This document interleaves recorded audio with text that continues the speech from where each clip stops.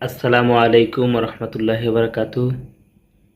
বন্ধুরা কেমন আছেন? আমি এস এম ইমরান নূর।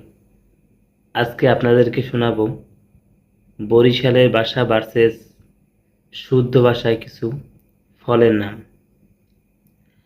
কাঁঠাল, কাঁঠাল। কলা, কেলা। পেয়ারা, হবড়ি বা গইয়া। খেজুর, খাজুর। পেঁপে, পোম্বা বা কোম্বা। জামরুল, লকট। লেবু, লেমু। Bell, bell. দেউয়া ফল, জৌয়া ফল। লাউ, কদু। নারিকেল, নাহইল। সুপারি, সুবারি। কাঁচকলা, আনাজি কলা।